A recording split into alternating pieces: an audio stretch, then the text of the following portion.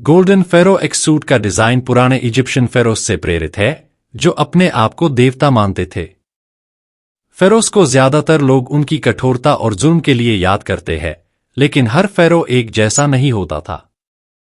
इस कॉस्ट्यूम का नाम गोल्डन फेरो इसलिए दिया गया है क्योंकि इसके डिजाइन में मिस्र के प्राचीन युग के सोने के रंग को दिखाया गया है, जो उस समय के राजा और उनकी शक्ति का प्रतीक था।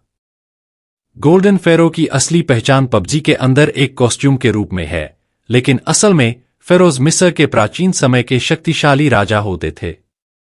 फेरोज का कार्यक्षेत्र सिर्फ राज तक सीमित नहीं था, बल्कि लोग उन्हें एक देवता के रूप में भी देखते थे। मतलब, लोग उन्हें अपने राजा के साथ साथ एक ऐसे व्यक्ति के रूप में भी देखते थे जो देवता से संबंध रखता हो। इसलिए उनकी राज्य शक्ति असाधारण होती थी। फेरो का जुल्म और दया। वन जालिम फेरोज। बहुत से फेरोज को उनकी कठोरता और जुल्म के लिए याद किया जाता है, जैसे कि रामसेस II। ये लोग अपने राज्य को मजबूत करने के लिए अपने लोगों पर कठोर नियम लगाते थे और कभी-कभी दूसरी जातियों को दबाने के लिए युद्धों में व्यस्त रहते थे। इनकी राज्य और शक्ति के लिए इन्होंने गुलामों से बहुत कठिन काम करवाया और इसके नतीजे में ये लोग जुल्म और निर्ममता के लिए मशहूर हो गए।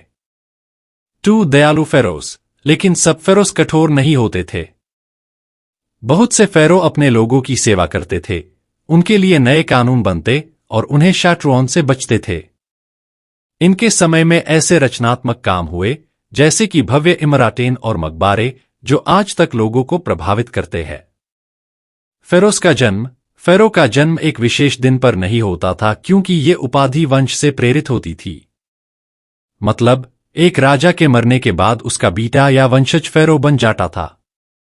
कंक्लूजन। गोल्डन फेरो एक्स सूट को जो डिजाइन और थीम दी गई है, वो इन्हीं फेरोज से प्रेरित है जो एक समय में दुनिया के सबसे शक्तिशाली लोगों में से थे।